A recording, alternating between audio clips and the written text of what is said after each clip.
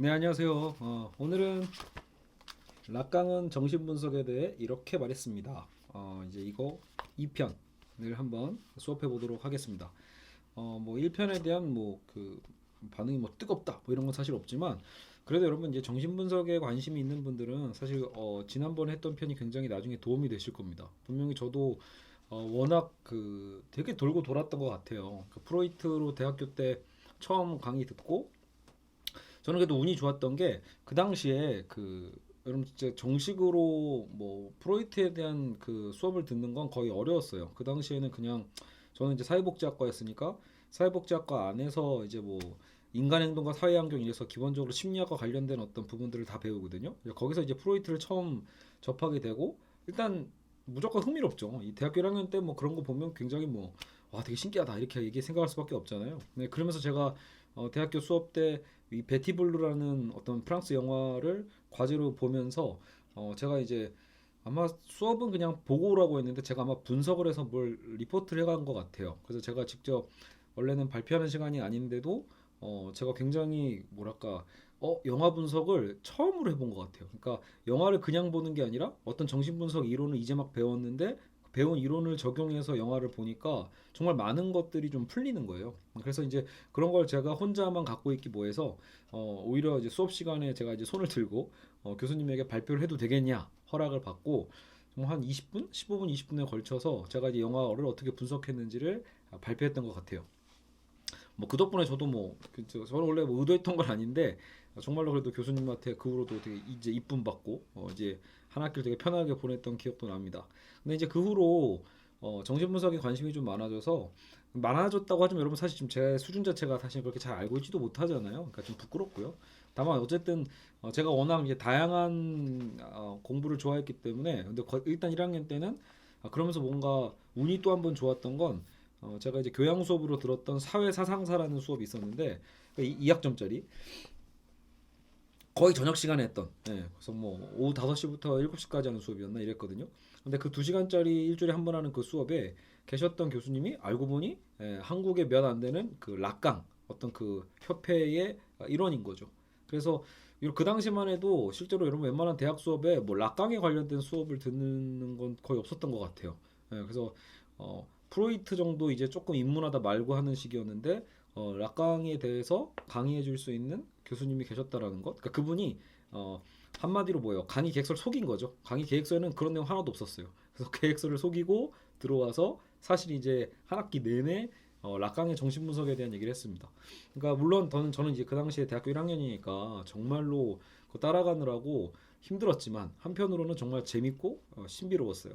그래서 그거 관심 생겨서 뭐 이제 영화 감각의 제국에 대한 것도 보면서 또 리포트를 한번 또 써봤었고 그리고 나중에 이제 뭐 연세대에서 제가 보기에는 지금 모르겠어요. 한번 기록을 찾아보고 싶은데 그 당시에 뭐 락강은 당시에 죽었을 때니까 근데 락강이었던 제자가 한국에 왔다 뭐 이런 얘기가 있었거든요. 그러니까 지금 생각하면 자크 알렉밀레가 아니었나 싶어요. 어쨌든 그 소식만 듣고 제가 바로 전공 수업 다 빼고 교수님들한테 허락을 맡았어요. 제가 요즘 여기에 관심이 많아서 이제 연세대에서 하고 있는 심포지엄에 갔다 오고 싶습니다라고 했어요. 심포지엄이 거의 한 5시간짜리였거든요. 그래서 수업 째고 공식적으로 빠지고 연세대에 가서 실제로 이제 그런 심포지엄도 듣고 했던 기억이 납니다. 그러니까 어쨌든 그 당시 이제 그런 좀 이제 관심과 열정이 있었죠. 그래도 계속 뜬구름 잡기였어요. 그냥 겉핥기하고 돌고 돌고 그때 처음으로 저는 그 심포지엄에서 시니피안과 시니피에의 어떤 얘기만 그래도 그 프랑스 학자가 얘기를 하는데 뭔 소린지도 잘 모르겠고 기표와 그래서 기란 말 그때 처음 들었는데 개념조차 얻는 상태에서 진짜 그거 들으면 이해가 아예 안 가더라고요.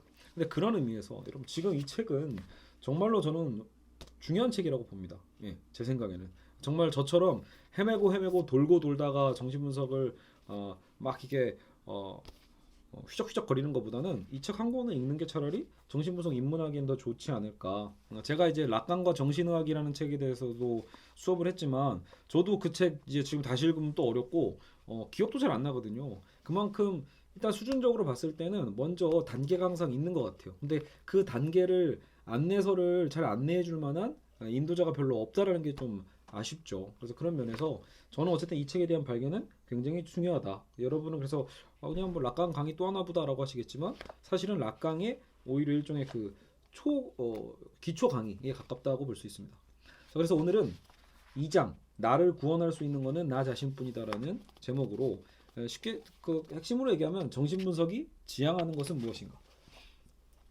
결국은 대체 정신분석은 뭐 하자는 거냐 이거죠. 정신분석이 뭐를 지향하는 것이 무엇인가. 이제 거기에 대한 내용을 얘기해 볼 겁니다. 아시겠죠? 자, 의미가 있다고 해석이 되는 것은 아니다라고 해서 시작을 하고 있는데요. 정신분석을 연구한다고 처음 만나는 사람에게 말하면 제 정신을 분석해 줄 수 있습니까? 이렇게 묻는다라는 거예요. 그럴 때마다 이 저자는 난처하다고 해죠. 왜요? 누군가의 정신을 분석하는 일이 원초적으로 불가능하기 때문이다. 정신분석가가 아니어서 불가능한 게 아니라 그냥 원천적으로 남의 정신은 분석할 수 없다라는 거예요. 정신분석의 이론 내지 기법을 알면 어떤 사람의 정신을 분석할 수 있다는 오해가 퍼져 있는데 결코 그렇지 않다라는 거죠. 타인의 심리를 지배하고 싶다라는 생각으로 정신분석에 흥미를 갖는 사람들도 있지만 역시 그것도 잘못된 거다 이렇게 얘기하고 있습니다. 정신분석이란 이론과 기법에 정통한 전문가를 통해 자신의 무의식에 내포한 진리를 파악하는 것이라고 소박하게 생각하는 사람이 다수일 것입니다. 당신은 언제나 어머니를 구타했던 아버지에 대한 강한 오이디푸스 컴플렉스로 억압되어 있다. 그렇게 억압되어 있던 공격 욕동이 아내를 때리는 형태로 나타난 거 아니냐 뭐 이런 식으로요. 하지만 이런 속성은 잘못된 거다라고 이 저자는 단언하고 있어요. 이거 정신분석이 너무 오용되고 있다라는 거죠. 그래서 이 점은 분명하다. 무언가를 의미한다고 해서 그것이 해석되는 것은 아니다. 자, 무언가를 의미한다고 해서 그것이 곧장 해석으로 연결되는 것은 아니다라고 지금 얘기를 하고 있는 겁니다. 정신분석 해석이란 결국 무엇이냐? 일반적으로 환자가 말한 것을 대상으로 정신분석적인 의미를 부여하는 것이라고 생각되는 거죠. 하지만 보통 우리는 그러니까 해석은 뭐냐? 해석이라는 것은 뭔가 환자가 말한 것을 대상으로 저 환자가 지금 이런 대사를 한 거 보니까 이런 심리인가 보다. 이런 게 문제가 있었나 보다. 이렇게 해석하는 걸 우리가 보통 해석이라고 생각하잖아요. 정신분석의 해석은 그런 의미가 아니라는 거예요. 네. 정신분석의 해석은 오히려 의미를 잘라내는 일이다. 그러니까 어떤 의미를 파악한다는 게 아니라 오히려 의미를 잘라낸다. 굉장히 특이한 말이죠. 의미를 잘라낸다. 절단한다. 이건데요. 무의미한 것을 분명하게 밝히는 것. 무의미한 것을 분명하게 밝히는 것이요. 환자는 분석가를 통해 자신의 사고나 행위의 무의식적인 의미를 알게 되는 게 아닙니다. 자, 정확히 보세요. 우리가 환자가 있죠. 환자가 지금 분석가 앞에 앉아서 혹은 누워서 얘기를 하고 있어요. 환자와 분석가 이 사이. 근데 환자는 분석가를 통해서 자기의 사고나 행위의 무의식적인 의미를 알게 되는 게 아니다. 그런 게 아니라 오히려 의미 있다고 생각했던 것, 자신은 의미 있다고 생각했는데 그게 알고 보니 무의미한 것이었다는 것을 자각하게 되는 것, 그것이 중요하다는 거죠. 자, 그래서 우리는 저자는 좀 더 우리에게 구체적으로 우리를 인도하고 있죠. 정신분석, 분석실의 풍경. 그래서 첫 번째, 자유연상이란 무엇인가? 정신분석의 치료는 오직 자유현상법이라고 했죠. 다른 게 아니에요. 무슨 물리치료를 받는 것도 아니고 요즘 제가 허리 안 좋아서 물리치료 받고 있는데 당연히 그런 거 아니고요. 약물치료도 아니고 알겠죠? 어떤 기법치료 같은 것도 아니에요. 뭐 최면요법 아닙니다. 헷갈리시면 안 돼요. 프로이트도 초반에는 물론 최면요법 이런 거에 대한 것을 배웠지만 그게 아니라는 거예요. 그래서 뭐건 결국 자유현상이다. 지금 뭐 꿈의 해석도 아닙니다. 알겠죠? 꿈풀이하고 해몽풀이하는 게 아니에요. 자유현상이란 무엇인가? 자, 그래서 이걸 되게 상대하게 묘사하고 있어요. 저는 이 묘사가 필요했어요. 정신분석을 받아본 적이 없으니까, 그죠? 자, 환자인 당신은 예약 시간이 있겠죠. 예약 시간에 맞춰서 분석가의 사무실로 찾아갑니다. 그리고 의자에 앉거나 장의자에 눕게 됩니다. 대부분 후자죠. 보통 많이 눕나 봐요, 진짜. 장의자, 긴 의자. 요즘 같으면 무중력 의자에 놓으려나요? 그리고 자유현상을 시작한대요. 자, 1장에서 설명한 대로 자유현상이란 떠오르는 생각을 그대로 모두 말한다. 자유로 이제 누워요. 눕다. 그렇다 바닥에 눕는 건 아니지만 그리고 떠오르는 것을 모두 말한다요. 여러분 이게 생각보다 어려울 수 있을 거예요. 진짜 떠오르는 거 뭘 말할까? 뭘 생각할까? 보통 우리는 뭔가 이슈가 주어져야 또 누가 질문을 해야 답변을 하고 이러잖아요. 그러니까 아무거나 뭔가 얘기를 한다라는 거죠. 떠오르는 생각이나 의미가 없는 것도 다 괜찮다. 혹은 부끄러운 일, 도덕적으로 허용되지 않는 일, 분석가에게 신뢰가 되는 것을 말해도 전혀 문제가 안 된다. 정말 자유입니다. 자유현상. 분석의 장소에서는 무슨 말을 해도 무방합니다. 해서는 안 되는 일이 하나 있다면 말하는 것을 선택하는 것뿐입니다. 그래서 이렇게 말은 하고 있지만 실제로 이는 쉬운 일이 아니다. 특히 창피스러운 일 얼마나 어려워. 여러분 만약에 남 혹시 만약에 정말 그 고해성사 하듯이 원래 뭐 몰래 바람을 폈다거나 아니면 뭐 이제 교회에서 얘기한 것처럼 뭔가 이제 간음죄라고 보통 표현하는 것들이잖아요. 이제 그런 것들이 사실은 분석가들 앞에서는 허심탄회하게 얘기될 수 있을 때 더 좋을 텐데 말이죠. 쉬운 게 아니죠. 그래서 쉽게 말할 수 없다. 그럼에도 불구하고 솔직하게 말한다는 것이 중요합니다. 말하고 싶지 않은 것을 말하는 것이 자유연상이기에 그리 기분 좋거나 유쾌한 시간은 아니라고 대부분의 사람이 말합니다. 그러니까 결코 유쾌한 시간은 아니다. 그냥 굉장히 부담되는 시간이겠죠. 두 번째, 자 그럼 해석은 무엇인가? 자유현상은 그렇게 시작을 합니다. 그럼 대체 해석이라는 것, 정신분석에서 말하는 해석은 무엇인가? 자 일단은 이건 유료잖아요. 돈을 많이 들여서 하는 상담이에요. 그러니까 결국 환자는 돈이 아까워서라도 얘기하겠죠. 여러분 지금 비싼 돈 내고 왔는데 아무 말도 안 하고 아무 대답도 못 듣고 나면 안 되잖아요. 근데 재밌는 바로 이거예요. 정신분석의 재미는 뭐냐면 재미나 특이점이죠. 분석가가 말을 안 합니다. 굳이 어떤 말을 하지 않는다. 물론 아예 말을 안 한다는 건 아닌데 마치 어떤 걸 끌고 가는 게 아니라는 거죠. 어떤 말도 해주는 게 아니에요. 선생님은 어찌 생각하시는지요라고 질문을 해도 답변이 없다. 환자가 질문했는데 별로 답변이 없는 거예요. 계속 무시하는 시간만 이어진다. 이게 되게 특이하죠. 일반 상담 심리와 매우 다른 거예요. 보통 상담 심리는 굉장히 적극적으로 의사 선생님이 귀 경청해주고 지지해주고 그러셨군요. 바로 그런 심리. 당신의 어떤 그 부분을 충분히 이해합니다. 뭐 이렇게 얘기할 수 있는데 전혀 아니에요. 무뚝뚝하게 그냥 듣고 있는 거예요. 선생님이 입을 열어 무언가 말해주려는가 보다 생각하면 겨우 그렇습니까?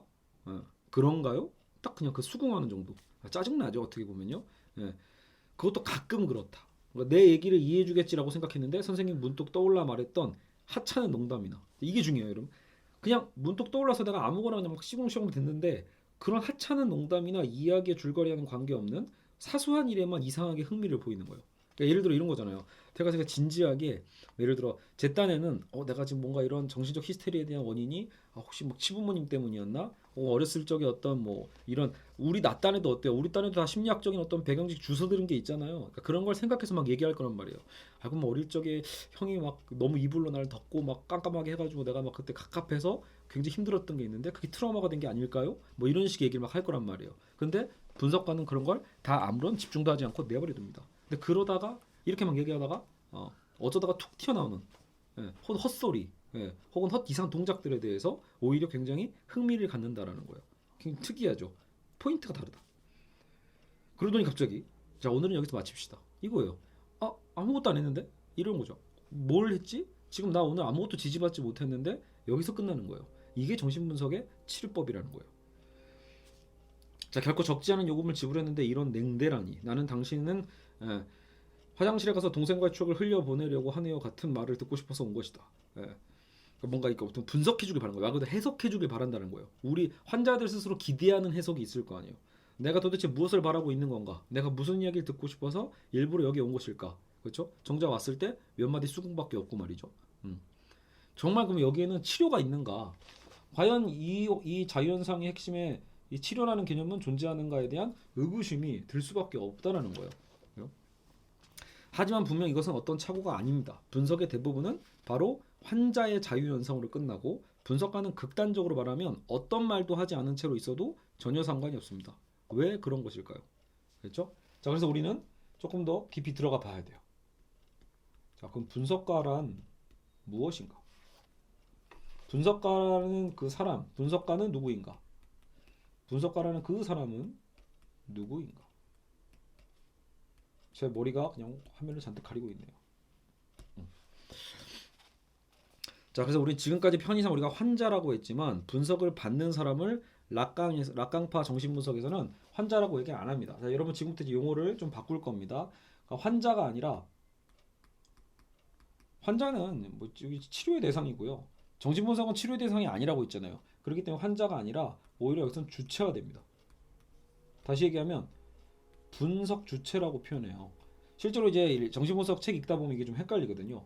그러니까 분석가는 물론 우리가 이제 정신분석가가 있고 분석가와 환자와의 관계가 아니라 사실은 여기로 건너뛰는 거죠. 분석가와 주체와의 관계다. 분석가와 분석 주체와의 관계다. 알겠죠? 자, 그래서 이게 중요해요. 주체가 지금 어디에 가 있죠? 예, 뭐 의사 선생님이 보통 우리는 주체라고 생각하잖아요. 그게 아닌 거예요. 정신분석의 분석 주체는 바로 우리가 환자라고 생각하는 우리 당사자들입니다. 자, 그래서 뭔가 좀 이상하죠. 당연히 거꾸로 되어 있으니까 왜 이런 거꾸로 된 느낌이 날까라고 할 때 락강파 정신분석에서는 환자를 분석 주체라고 생각하는데 누가 정신분석을 하는가라고 묻는다면 답은 환자 자신인 셈입니다. 그러니까 분석 주체가 환자라는 얘기는 결국 뭐예요? 답이 여기에 있다라는 거예요. 답은 본인이 찾아야 된다라는 거죠. 한편으로는 그러니까 정신분석은 환자 자신에 의한 자기 분석을 주축으로 전개됩니다. 그럼 당연히 이런 질문이 들죠. 분석관은 왜 있는 거야? 대체 왜 존재해 분석관? 그럼 뭐하러 돈 내고 앉아서 있는 거지? 이런 생각이 들겠죠. 그러나 분석관은 무엇을 하는 것이라 묻는다면 자기 분석에 동참하여 환자의 자기 분석이죠. 환자가 스스로 분석하는 어떻게 보면 자기 분석에 분석관은 동참해 주는 거고 때로는 그 방향을 약간 전환해 주는 것. 자, 그럼 한번 이런 내용을 한번 생각해 보세요. 그 말 되게 안 하는 사이에서도 계속 환자가 자유현상법들을 주줄주줄 얘기하고 있을 때 잠깐 근데 듣다가 이런 부분에 대해서 말을 좀 꺾을 수도 있죠. 네. 방향 제시라는 거 쉽게 얘기해서 방향 제시 역할이다. 분석가는 사실상 그러니까 들어주면서 다 듣긴 듣겠죠. 사실은 근데 무시하듯이 듣겠지만 방향을 제시하는 역할을 해주는 거예요. 이와 같이 분석가의 역할은 어디까지나 보조적입니다. 보조적인 것. 예, 분석가는 결코 환자를 지배하거나 알겠죠? 어떤 교훈을 말하지 않아요. 중요하죠. 이게 기본적으로 우리가 알고 있는 개념과 많이 달라요. 지배, 어떤 교훈, 가르침 이런 것들이 존재하는 자리가 아니다라는 거죠. 정신분석의 장에서는 우리가 결국은 분석가는 교사가 아니에요. 그냥 가르치는 사람이 아닙니다. 정신분석의 장에 가르치는 사람은 없습니다. 분석가는 사가 붙은 것에서 가장 멀리 있는 존재다. 어떤 교사, 의사 이런 사자 있잖아요. 알겠죠? 프랑스어로는 실제로 이 사라는 것을 번역했을 때 지배자라는 개념으로 쓴다고 하네요. 그러니까 그런 게 아니라는 거죠. 그러니까요.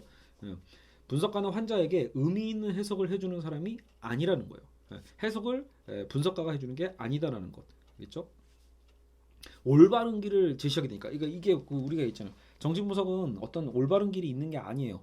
이 사람을 치료해서 이쪽으로 갖다 놓는 게 아니에요. 그러니까 정신분석가가 자꾸 얘기를 많이 하게 되면 어떻게 되죠? 분석가가 말한 것이 답이 되고 분석가가 말한 것이 옳은 길이 되잖아요. 그럼 환자는 본인은 틀린 상태고 뭔가 고쳐가야 되는 게 되거든요. 그러니까 지금 그걸 얘기하는 게 정신분석의 치료 방법이 아니라는 거예요. 그래서 그런 길을 제시해서는 오히려 안 된다고 보는 거죠. 알겠죠? 그래서 역시 핵심은 정신분석의 주역은 환자가 아니라 환자가 아니라 분석가가 되면 안 된다라는 거예요. 주역은 환자가 돼야 된다. 이겁니다.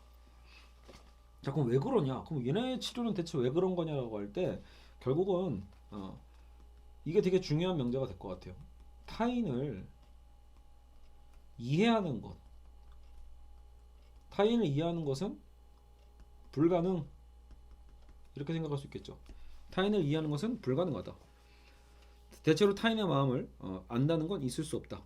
그러니까 사실상 그 오해라는 거예요. 심리학과 정신분석이 타인의 마음을 이해하기 위해서 존재하는 거냐? 그렇지 않다라고 보고 있는 거죠. 물론 우리가 일상에서는 난 타인의 마음을 알 것 같은데, 난 당신의 마음을 알 것 같은데, 물론 그렇게 느낄 때가 많죠. 근데 이런 대부분의 경우 지금 저자는 이렇게 얘기해요. 일반론을 적용한 것과 첫 번째, 그거는 그냥 일반론을 적용한 것. 일반론, 그러니까 약간 추상화했다는 얘기죠. 그리고 자신의 심리와 타인의 심리를 혼동한 것. 둘 중에 하나라고 보는 거예요. 그러니까 이건 진정으로 그 사람을 이해한 게 아니라는 거죠. 불가능해요. 이해하는 게 야 그동안 왜 못했지? 앞으로 널 이해해 줄게 이게 아니라 인간으로서는 그 사람의 완벽한 어떤 그 부분을 이해하는 건 불가능하다. 오히려 그냥 우리가 일반론으로 보편적으로 적용해서 예를 들어 이런 거 있잖아요. 내가 결혼해 봤더니 애 키워 봤더니 이런 거 있잖아요. 내가 그 대학 다녀봤더니 그런 과정에서 충분히 얘기를 해볼 수 있잖아요. 그렇죠? 잠시만요. 네, 지금 잠시 전화가 와서 끊었다가 다시 연이어서 하고 있습니다. 타인의 마음을 이해하는 건 불가능하다고 지금 분명히 얘기를 했어요. 우리가 보통 이해한다고 생각하는 건 그냥 일반론을 적용했다라는 것. 나도 떨어져 봐서 알아 이런 거 있잖아요. 야 나도 헤어져 봐서 알아 이런 거. 그죠? 그러니까 자기 심리와 타인의 심리를 혼동하거나 일반론으로 그냥 퉁쳐버리는 거라는 거예요. 타인의 마음을 이해한다거나 공감한다는 건 반드시 마치 자신의 일처럼 생각한다는 것을 의미합니다. 하지만 뒤집어 생각해 보면 이해한다는 이것은 우리가 타인이 자신과 공통으로 갖고 있는 부분만을 이해한다는 것을 의미하게 됩니다. 이 무슨 말인지 아시겠죠? 그러니까 우리가 어떤 사안이 있으면 그러면 결국은 타인이 나와 공통으로 갖고 있는 어떤 그 일부분만을 이해하는 거지 전체를 이해할 수는 없다는 거예요. 그래서 결국은 두 번째 형태, 자신의 심리와 타인의 상태를 혼동하는 것, 이해가 바로 그러한 것이고 1의 형태도 같은 거다. 인간의 심리는 모두 못못이다라는 일반론을 적용한 인간의 심리 구조에서는 모두 인간이 보편적으로 갖고 있는 것이 있기에 결국 자신과 상대에게 공통적인 부분이 있다고 생각하게 됩니다. 하지만 우리는 본래 각자가 특이한 존재일 수밖에 없습니다. 이의를 제기할 수도 있겠습니다만 적어도 정신분석에서는 그렇게 생각합니다. 이해나 공감이란 각자가 가지고 있는 일반적인 것만을 상대합니다. 우리는 모두 결코 타인과 공유할 수 없는 부분을 가지고 있습니다. 이것을 특이성이라고 합니다. 자, 특이성 굉장히 중요한 부분이죠. 그러니까 우리는 타인과 결코 다른 부분. 이게 결국은 우리의 정체성을 만들어내는 걸 거 아니에요. 그러니까 특이성, 나와 타인 절대 같을 수 없는 부분이에요. 그러니까 이해와 공감이라는 건 일반적으로 우리가 같은 부분에 대한 얘기를 하고 있는 거라면 우리는 결코 타인과 공유할 수 없는 부분이 있는데 이것을 특이성이라고 한다. 이 특이성은 타인이 이해하거나 공감할 수 있는 게 아니고 일반론으로 말할 수 있는 성질의 것이 아니다. 정신분석에 의하면 이러한 특이성 자체가 개인의 본질적 부분을 형성한다라는 거죠. 그러니까 특이성이 곧 우리의 개인의 본질이에요. 따라서 타인을 이해하거나 공감한다는 것은 타인이 가지고 있는 특이성을 오히려 말살하는 게 된다는 거예요. 그러니까 내 기준이라고 표현했지만 일반론은 갖고 타인에 대한 특이성에 대한 걸 무시해버리고 너는 그래서 아픈 게 아니라 이래서 아픈 거야 라고 함부로 우리가 진단을 하고 함부로 결정하는 것, 그것이야말로 그 사람의 특이성을 말살하는 거라고 볼 수 있겠죠. 그래서 이해나 공감이라는 건 결국 타자의 타자성을 배척하는 거다. 굉장히 충격적인 말이죠. 우리는 이해와 공감을 매우 중요하게 생각하는데 사실 이 이해와 공감이라는 건 결국 뭐예요? 누구의 특이성? 타자의 특이성을 말살하는 게 되는 게 이해와 공감이다 라고 얘기를 하고 있어요. 그래서 환자를 이해했다고 생각하는 건 금물이다. 아까 얘기했지만 일반론으로 귀착하거나 분석가의 자기 분석이 되는 것 중 하나를 의미하기 때문에 그래서 분석가가 함부로 말하지 않는 겁니다. 환자를 이해했다고 생각하는 것은 금물이라고 락강은 후배 분석가들에게 얘기를 했었습니다. 정신분석이 지향하는 것은 환자에 대한 이해가 아니다 라는 거예요. 알겠죠? 그래서 공감을 표시한다는 건 정신분석에서는 어떤 의미도 없어요. 임상심리사에게는 공감이 매우 중요하겠지만 정신분석에서는 아무 의미가 없다. 오히려 위험하다고 본 거예요. 특이성을 말살하고 일반적인 틀에 맞춰버리는 거기 때문에 오히려 피해야 한다라고 보는 것. 이 부분 꼭 기억해 두세요. 인간이란 모두 그런 거죠. 이렇게 얘기하는 것. 당신이 느끼는 기분은 마치 내가 느끼는 것 같습니다. 보면 언뜻 보면 상냥한 것 같지만 내 속에는 일종의 폭력이 감추어져 있기에 분석가는 이에 민감해야만 합니다. 어쨌든 내 속이란다. 그 속에는 일종의 인간이란 모두 그렇죠. 그러면 다 획일화 시켜버리는 거잖아요. 알겠죠? 정신분석이 지향하는 점은 바로 환자의 특이성이라는 것. 꼭 기억하십시오. 특이성의 진짜 자신, 진짜 너의 그 특이성이 무엇인가를 찾고자 하는 것이 정신분석의 목표가 되겠죠. 알겠죠? 그러면 대체 어떤 식으로 특이성을 찾는가? 자, 우리 특이성이라는 되게 중요한 코드를 지금 이제 이해를 했어요. 그럼 대체 어떤 식으로 찾을 것인가? 그렇죠? 이제 이런 의문을 해야죠. 그래서 우리는 새로움, 특이성에 대한 것을 어떻게 찾을 것인가? 이제 새로운 것을 이제 찾게 만들어야 돼요. 새로운 것. 우리는 일상에서 언제나 똑같은 말만 합니다. 난 안 되겠어라고 하거나 더 나아질 것 없다고 절망하거나 그 녀석은 절대 용서할 수 없어 이렇게 얘기한다거나 우리는 항상 이렇게 반복된 고민을 하죠. 시간과 장소가 바뀔 뿐이지 우리가 하는 말 빠롤이라고 하잖아요. 우리가 하는 말은 변하지 않는 건 우리는 언제나 같은 성격, 같은 사고방식으로 살아가기 때문이죠. 그러니까 늘 같아. 우린 그걸 갖고 이제 우리 이게 나야라고 생각하잖아요. 하지만 그렇기 때문에 더욱 고뇌나 고통을 맛보면서 전혀 평정을 유지하지 못하는 것도 사실입니다. 이러한 동일한 것의 반복에서 벗어나려면 어떻게 해야 될까요? 사실상 이제 시간과 공간이 바뀌어도 우리는 그 동일성 안에 갇혀서 동일한 것을 계속해서 쳇바퀴 돌듯이 반복하면서 살아가죠. 진정 여기에서 벗어나려면 결코 공감할 수 없는 타자가 존재한다는 사실을 아는 것이 중요합니다. 자, 결코 공감할 수 없는 타자가 존재한다. 이게 분석가의 역할이에요. 완전 어떤 새로운 존재. 결코 공감할 수 없는 낯선 타자일 수 있을 텐데 사실 그게 이제 분석가가 그 역할을 해서 내 앞에 앉아 있는 거죠. 있죠? 분석가는 공감할 수 있을 것 같은 일에 공감을 표하지 않는 태도를 취하는 사람이고, 그러니까 환자는 어때요? 그러니까 이 분석가가 있음으로써 나에게 공감하지 못하는 분석가가 있음으로써 오히려 일종의 충격, 타격을 입게 되는 거죠. 일상생활에서의 대화는 다르네. 왜 이 사람 이렇게 생각하는 거지? 예. 왜 이렇게 이상한 거지? 내가 한 말에 뭔가 이상한 게 있었나? 환자가 어때? 스스로 끊임없이 고민하지 않겠어요? 왜 저렇게 뚜하게 있지? 내가 이렇게 얘기했으면 내 돈 받았으면 뭔가 좀 이렇게 적극적으로 뭔가 솔루션을 제기해 줘야 되는데 어쩌라는 거지? 이런 당혹감. 이게 이제 정신분석에서는 매우 중요한 거예요. 우리가 친구 왜 만나요? 사실 그런 사람 만나는 게 아니라 우리가 친구를 만나서 힘들 때 친구 만나는 건 뭔가 내 얘기를 고스란히 들어줘 라고 하는 거잖아요. 근데 그게 아니라는 거예요. 정신분석은 고스란히 들어줘가 아니라 고스란히 들어주면서 공감을 전혀 안 해.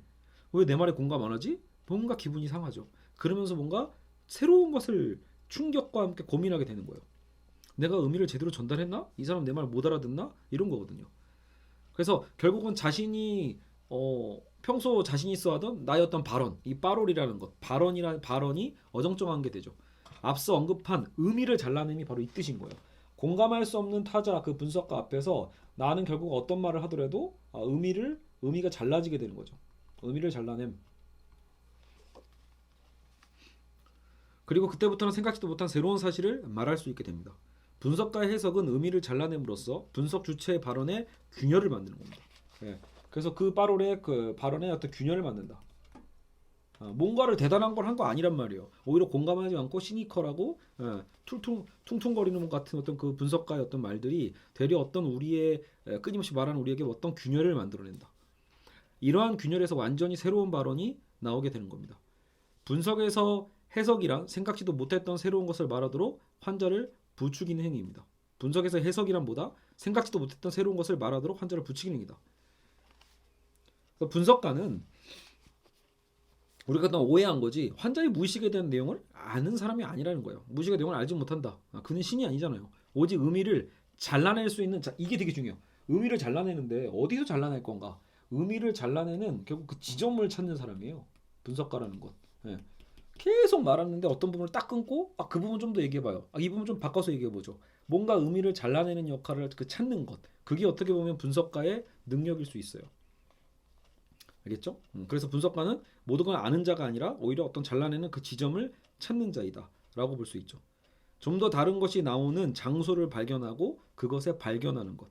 이 장소를 발견하려면 환자가 말한 것을 결코 이해하지 못하는 것처럼 행동해야 되는 거예요. 평범한 일상의 대화에서라면 충분히 이해할 수 있는 것을 오히려 이해하지 않은 채로 듣는 것. 거기서부터 평소 같으면 말하지 않았을 좀 더 다른 걸 말하게 돼요.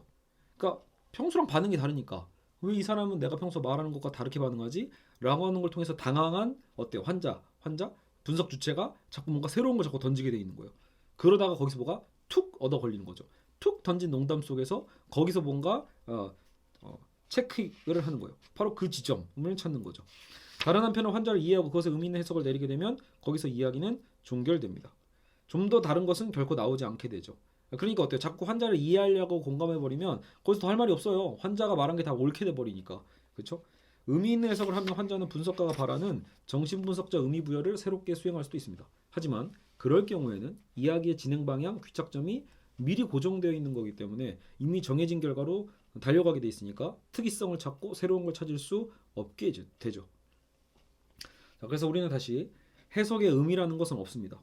네. 해석으로는 그런가요? 그렇지요 정도의 수긍을 해도 무방하며 이야기의 줄거리와 관계없는 사소한 것을 말해도 상관없습니다. 됐죠?